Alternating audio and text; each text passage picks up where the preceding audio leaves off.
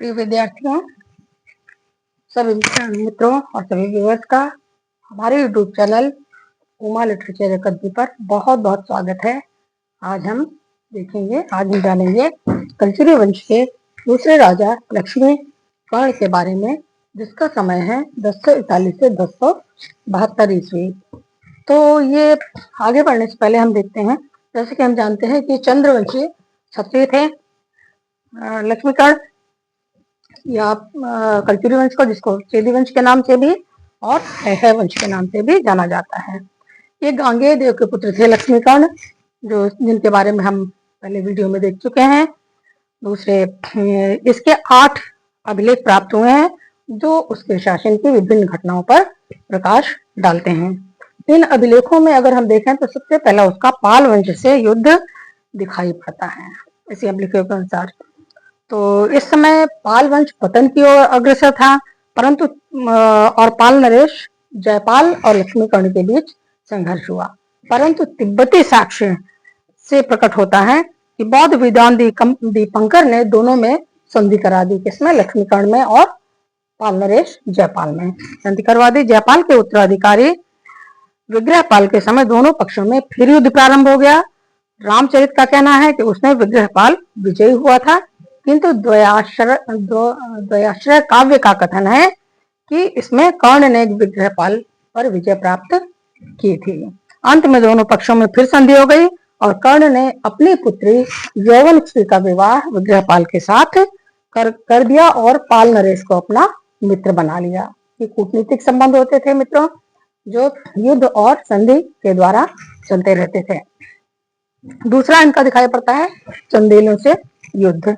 विक्रमांक देव चरित का उल्लेख है कि कर्ण कालंजर नरेश देव वर्मा के लिए काल था। उससे विद्वानों का अनुमान है कि कर्ण ने कालंजर वर्मा को पराजित करके मार डाला था, देव वर्मा को पराजित करके मार डाला था और उसके राज्य के कुछ भाग पर अधिकार भी अवश्य ही कर लिया था। अब इनकी आती है कलिंग विजय। कलिंग उड़ीसा को कहते हैं। कर्ण और कलिंग नरेश महाभवगुप्त के बीच हुए संघर्ष का प्रमाण भैराघाट अभिलेख से मिलता है। इसमें इसके अनुसार कर्ण के शौर्य के सामने बंग और कलिंग का नरेश कांपने लगे थे, राजा कांपने लगे थे। इतना ज्यादा लक्ष्मी कर्ण ने अपना शौर्य दिखाया जिससे अन्य राजा उससे कांपने लगे। परंतु एक अन्य अभिलेख का दावा है कि महाभवगुप्त ने डाभल, ओड और कौर के नरेशों को परास्त किया था। अतः यह निश्चित नहीं है कि कर्ण को कलिंग में सफलता मिली थी अथवा नहीं, क्योंकि दोनों के अभिलेख अलग अलग दावा करते हैं। अपने अपने शासक को विजित बताते हैं और दूसरे शासक को पराजित बताते हैं। ठीक है। परंतु कर्ण ने त्रिकलिंगाधिपति की उपाधि धारण की थी। त्रिकलिंगाधिपति। अब कलिंग की ये है,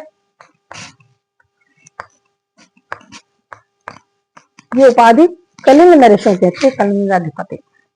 तो इस उपाधि को धारण करने का अर्थ क्या है? इसका अर्थ यह है कि उसकी कुछ सफलता का अनुमान इससे अवश्य किया जा सकता है, तभी उसने कलिंगों की यह उपाधि धारण की, त्रिकलिंगाधिपति। अब आते हैं बंगाल पर, बंगाल के दक्षिणी पूर्वी भाग पर चंद्रवंश राज्य कर रहा था। रेवा अभिलेख में कहा गया है कि कर्ण की सेना ने पूर्वी प्रदेश के नरेश रूपी जहाज को समुद्र में डुबा दिया। कुछ विद्वान पूर्वी नरेश को चंद्रवंशी नरेश मानते हैं, जिसे हटाकर कर्ण ने बंग में जटावर्मन को राजा बनाया। लक्ष्मी कर्ण ने वहां पर जटावर्मन को शासक बनाया। जटावर्मन ने अपनी पुत्री वीरश्री का विवाह, बंगाल के नए शासक जटावर्मन ने अपनी पुत्री वीरश्री का विवाह किससे किया? लक्ष्मी कर्ण से बदले में कर दिया। अब आते हैं कांची पर। तो कांची सुदूर दक्षिण में है। रेवा अभिलेख, जो कि कलचुरियों का अभिलेख है, तो रेवा धर्मदाव कहते हैं। तो उसमें पल्लवों की राजधानी कांची पर कर्ण के अधिकार का उल्लेख है। परंतु मिराशी का कथन है कि 9वीं शताब्दी में तो पल्लव वंश का लोप हो चुका था, कैसे हो सकता है? उस पर चोलों का अधिकार था। अतः रेवा अभिलेख का जो राजा है, राजाधिराज, चोल राजाधिराज प्रथम चोल शासक था। और यह मत भी संदेहपूर्ण है, क्योंकि चोल शासक राजाधिराज स्वयं अपने में इतना वीर था कि उसे हराना आसान नहीं था। अब आते हैं कल्याणी के चालुक्य के ऊपर। रेवा अभिलेख में यह भी उल्लेख है कि कर्ण ने कुंतल नरेश चालुक्य आहव मल्ल की लक्ष्मी का हरण कर लिया। अब लक्ष्मी का हरण कर लिया, इसके विरुद्ध विक्रमांक देवचरित कहता है कि कलचुरियों की राजधानी आहव मल्ल के पास आ गई थी। स्पष्ट है कि दोनों पक्षों में किसी को विजय नहीं मिली। अब आते हैं भोज परमार पर। इनका सबसे महत्वपूर्ण जो पराक्रम है यहीं पर दिखाई पड़ता है। तो इस समय मालवा पर भोज परमार का शासन था, और हम जानते हैं कि भोज भारत के महानतम सम्राटों में उसकी गणना होती है। तो प्रबंध चिंतामणि का उल्लेख है कि कर्ण और गुजरात के चालुक्य भीम ने सम्मिलित रूप से मालवा पर आक्रमण किया, जो परमारों की राजधानी थी। परमारों का क्षेत्र था मालवा, और उनकी राजधानी धारा को खूब लूटा। युद्ध के दौरान ही भोज की मृत्यु हो गई। हम जानते हैं कि भोज उस समय तक वृद्ध हो चुका था, अतः युद्ध के समय ही उसकी इसी कारण से मृत्यु हो गई। तो लूटने का इन्हें अवसर मिला, तो लक्ष्मीकर्ण ने और भीम चालुक्य ने मिलकर परमारों की राजधानी धारा को बुरी तरह से लूटा। प्रबंध चिंतामणि का यह भी कथन है कि लूट के विभाजन पर कर्ण और भीम चालुक्य में, लक्ष्मीकर्ण और भीम चालुक्य में मतभेद उत्पन्न हो गया और वे आपस में ही लड़ पड़े। युद्ध में भीम ने कर्ण को पराजित किया, क्योंकि लक्ष्मीकर्ण ने पूरा मालवा का क्षेत्र ले लिया था और भीम को सिर्फ एक शिव मंदिर और एक सोने की मूर्ति ही दी थी। अतः दोनों में युद्ध अवश्यंभावी हो गया और वो मित्र होते हुए शत्रु हो गए, और जिसमें लक्ष्मीकर्ण को भीम ने पराजित भी किया, चालुक्य शासक भीम ने। तो उपर्युक्त वृत्तांतों से स्पष्ट हो जाता है कि कर्ण एक महान योद्धा था। वो भोज परमार सोमेश्वर चालुक्य कल्याणी के, भीम चालुक्य गुजरात जैसे महान योद्धाओं का समकालीन था। कर्ण ने इन सभी को या तो युद्ध में पराजित किया अथवा कूटनीति से अपने शांत रखा। उसने कूटनीति से भी काम लिया, और जिससे देखा कि जीत नहीं सकते हैं तो उसमें उसको संधि उसने तुरंत कर ली। उसने परम भट्टारक, महाराजाधिराज, परमेश्वर और त्रिकलिंगाधिपति की उपाधि धारण की थी, और वह एक धर्म सहिष्णु शासक था। वाराणसी में उसने कर्णमेरु शिव मंदिर बनवाया, अपने नाम से कर्णमेरु शिव मंदिर बनवाया, तथा प्रयाग में कर्ण तीर्थ घाट का भी निर्माण उसने कराया। क्योंकि उसने सारनाथ के बौद्ध विहारों को भी ध्यान दिया। यहाँ पे उसकी सहिष्णुता का पता चलता है कि वो हिंदू धर्म से भी का भी अनुयायी था और बौद्ध धर्म को भी शरण देता था।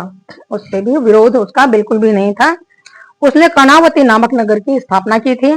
वह विद्वानों का आश्रयदाता था। उसकी सभा में विल्हण, ये कश्मीर के कवि थे जो कि यहाँ पर चालुक्यों के यहाँ रहते थे, और सोमेश्वर तृतीय के यहाँ, तो उनकी सभा में विल्हण भी रहते थे।